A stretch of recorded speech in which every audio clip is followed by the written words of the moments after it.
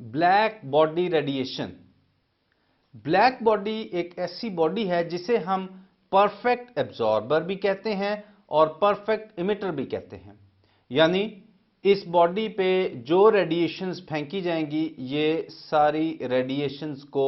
Absorb कर लेगी और इसी तरह इसको जब हम एक ऐसी जगह पर रखेंगे जहां पर सराउंडिंग का टेम्परेचर कम है और इस बॉडी का टेम्परेचर ज्यादा है तो ये सारी रेडिएशंस को इमिट कर देगी, इसलिए इसे हम परफेक्ट एब्जॉर्बर और परफेक्ट इमिटर भी कहते हैं। अब जो ब्लैक बॉडी रेडिएशंस इमिट करती है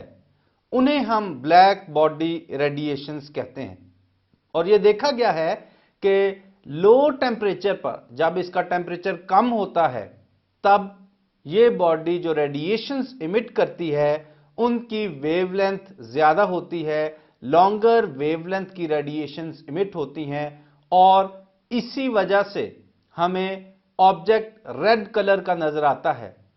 क्योंकि रेड की वेवलेंथ विजिबल रीजन में सबसे ज्यादा होती है। जैसे जैसे टेम्परेचर बढ़ता जाता है वेवलेंथ जो रेडिएशंस इमिट हो रही हैं उनकी वेवलेंथ कम होती जाती है, यानी टेम्परेचर का वेवलेंथ के साथ इनवर्स रिलेशन है। वेवलेंथ और इंटेंसिटी ऑफ रेडिएशन इमिटेड को समझने के लिए लूमर और प्रिंगशिम दो साइंटिस्ट थे, उन्होंने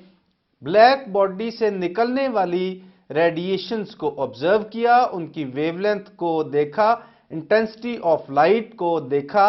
और इस ऑब्जर्वेशन को उन्होंने ग्राफ की शक्ल में जाहिर किया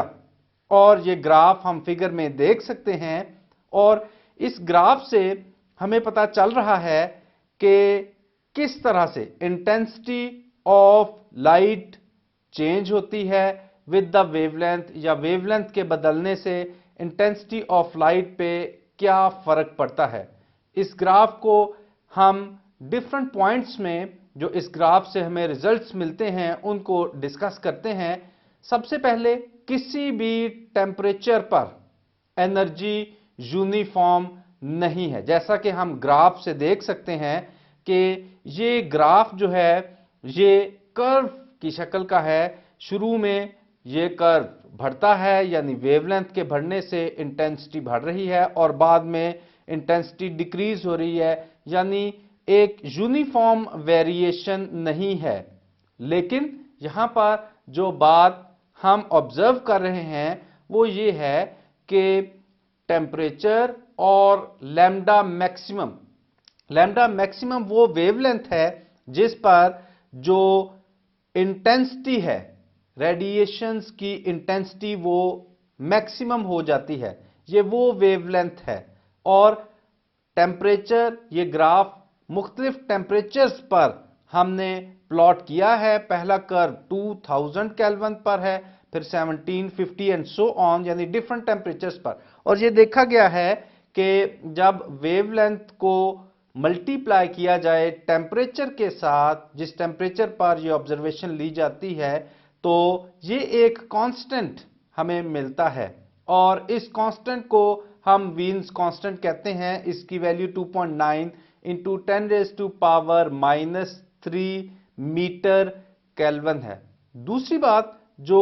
हम यहां ऑब्जर्व कर रहे हैं वो ये है कि जो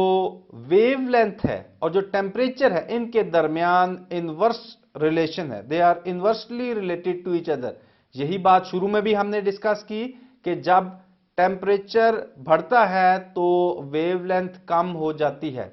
या जब टेम्परेचर कम होता है तो वेवलेंथ ज्यादा होती है। उसके बाद जो अगली बात हम यहां ऑब्जर्व कर रहे हैं कि तमाम वेवलेंथ्स के लिए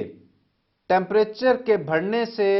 एनर्जी जो इमिट हो रही है वो भी बढ़ जाती है, इंटेंसिटी बढ़ जाती है। जैसे कि हम ग्राफ से देख सकते हैं जब टेम्परेचर सबसे कम है 1250 केल्विन पे तो इंटेंसिटी सबसे कम है और जैसे जैसे टेम्परेचर बढ़ रहा है इंटेंसिटी बढ़ रही है और जो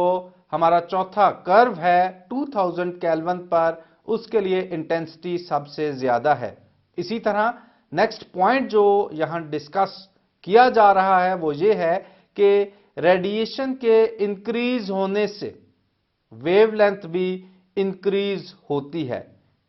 यानी इंटेंसिटी के बढ़ने से वेवलेंथ बढ़ती है और एक खास वेवलेंथ पर इंटेंसिटी मैक्सिमम होती है। उसके बाद मजीद वेवलेंथ बढ़ने से इंटेंसिटी कम होना शुरू हो जाती है। इसके अलावा स्टीफन बोल्ट्जमैन लॉ भी हमें इसी ग्राफ की मदद से मिलता है और यह बताता है कि जो एनर्जी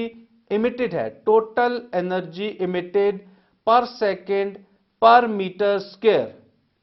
हर वेवलेंथ के लिए जो भी वेवलेंथ हम कंसिडर करें उसके लिए एनर्जी और टेम्परेचर में जो रिलेशन है वो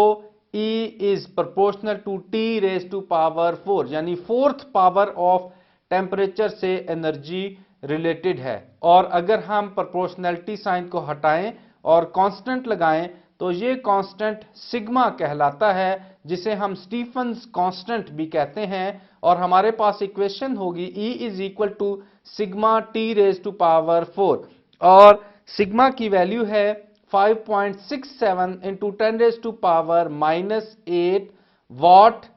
पर metre square per kelvin raise to power -4। और ये सारी ऑब्जर्वेशंस हमने इस ग्राफ से ऑब्जर्व की हैं। इन सारी ऑब्जर्वेशंस को समझने के लिए और आगे जो फिनोमिना हमने डिस्कस करने हैं उनको समझने के लिए प्लैंक ने एक एजम्पशन दी कि जो एनर्जी रेडिएट होती है किसी भी बॉडी से वो in the form of packets of energy emit होती है और इन पैकेट्स को उसने क्वांटा का नाम दिया और एक क्वांटा की energy E is equal to HF के बराबर होती है, जिसमें F फ्रीक्वेंसी है उस रेडिएशन की और H यहां पर कांस्टेंट है। इस कांस्टेंट को हम प्लैंक्स कांस्टेंट भी कहते हैं और इसकी value 6.63 into 10 raise to power -34 joule second है।